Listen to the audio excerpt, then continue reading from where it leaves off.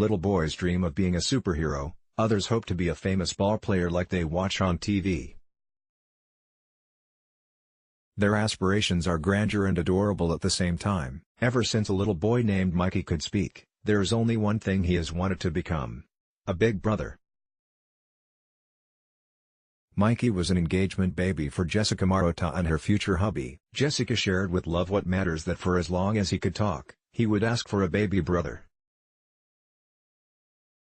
The Massachusetts mom and her husband Mike began trying for a second baby when Mikey was 3, but month after month, nothing. Mikey kept asking his mom and dad when he would finally have his baby brother. It was all he could think about. After trying to conceive for a year, the couple sought help from a fertility specialist. Jessica even underwent surgery in the hopes of increasing the odds.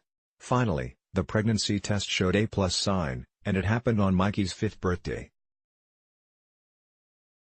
They sprung the news on family members and everyone was thrilled, but 1 month later, Jessica began experiencing complications. An ultrasound showed that at 11 weeks, they heartbreakingly lost the baby.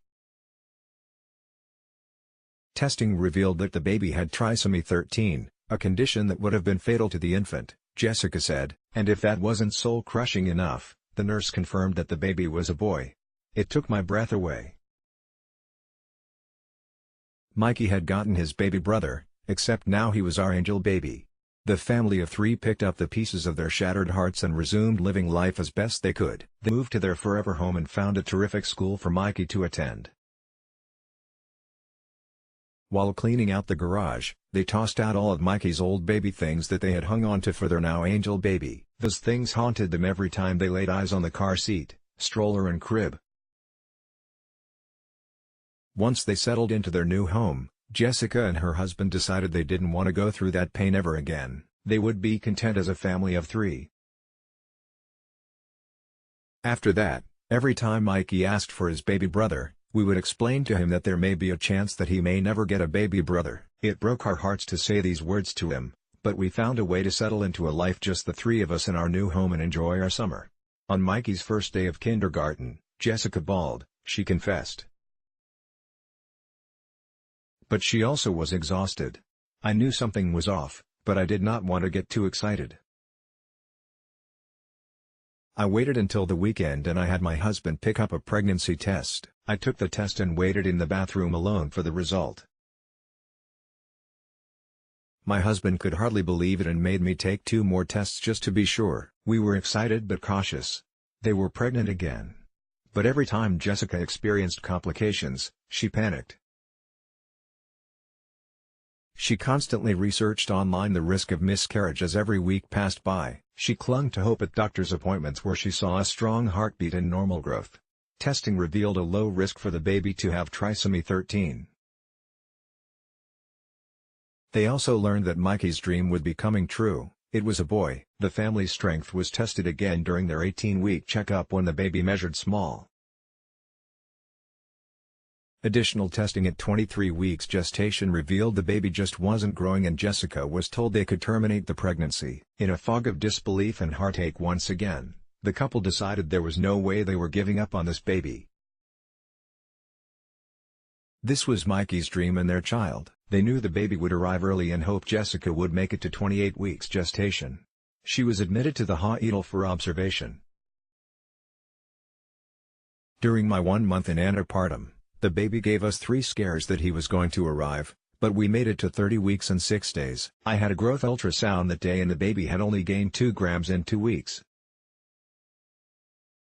The doctor told us, "We are going to have a baby today," and explained that if we waited any longer we would risk a stillborn. The planned cesarean section quickly morphed into an emergency procedure because the baby's heart rate plummeting due to the anesthesia, but it didn't take long before baby Jake Eric arrived weighing 1 pound, 12 ounces, and measured only 12 inches long. Once I recovered a bit, I was wheeled on my stretcher to see him and his smallness took my breath away and my eyes filled with tears. That night my in-laws brought Mikey to see me and we told him he finally had his baby brother, Jake. The first time Mikey saw him, he beamed and said, "He has red hair just like me." Once stabilized, Jessica's husband returned to work. Mikey returned to school and Jessica kept vigil at her baby's side. It was a tough time, but they managed. As a NICU mom, I feel like you go into autopilot and go through the motions without the emotion as much as possible because it is the only way to survive. Living the NICU life was the hardest thing we have ever gone through together. Jake was hooked up to so many wires and tubes and lived in an isolette. We had to leave him alone except for his care times every 3 hours when you would assist the nurse in diaper changing and taking the temperature. As a NICU mom you get used to all the beeping and alarms. When Jake's heart rate would drop considerably and the alarms would sound, a nurse would have to stimulate him to pull him out of the episode. He experienced as many as 8 of these frightening ordeals each day. At 3 weeks, we had quite the scare and Jake was really struggling to breathe and was just fighting a lot more than he had been. After a meeting with the nurse practitioner, we decided he would benefit from a blood transfusion to get red blood cells which would allow him to produce more oxygen. Jake was fed via a feeding tube until he was about 7 weeks. The one thing that pushed the family through this challenging time was when they could snuggle with Jake skin to skin. Jessica would sit in the chair next to her baby's isolette and both she and Jake would calm down. It also was a beautiful time for Mikey. He was able to touch his baby brother, but couldn't hold him just yet, which really bothered him. He wanted more than anything to hold his baby brother. Mikey was filled with sadness that he could not hold his baby brother. During one of my daily rounds with Jake's nurses and doctors on day 10, I asked if Mikey could do skin to skin with his baby brother, fully expecting them to say no. I was beyond thrilled when they agreed. On March 17, 2018, Mikey became the first sibling at the Beth Israel NICU in Boston to be allowed to sit skin to skin with his baby. Jessica described it as amazing and emotional. I truly believe it became the foundation for their brotherly bond. Jake spent 62 days in the NICU and his homecoming was one of the happiest days of our lives. Mikey is an amazing big brother and having Jake has brought a calmness to Mikey's life, and Mikey has a way of calming Jake when he is upset.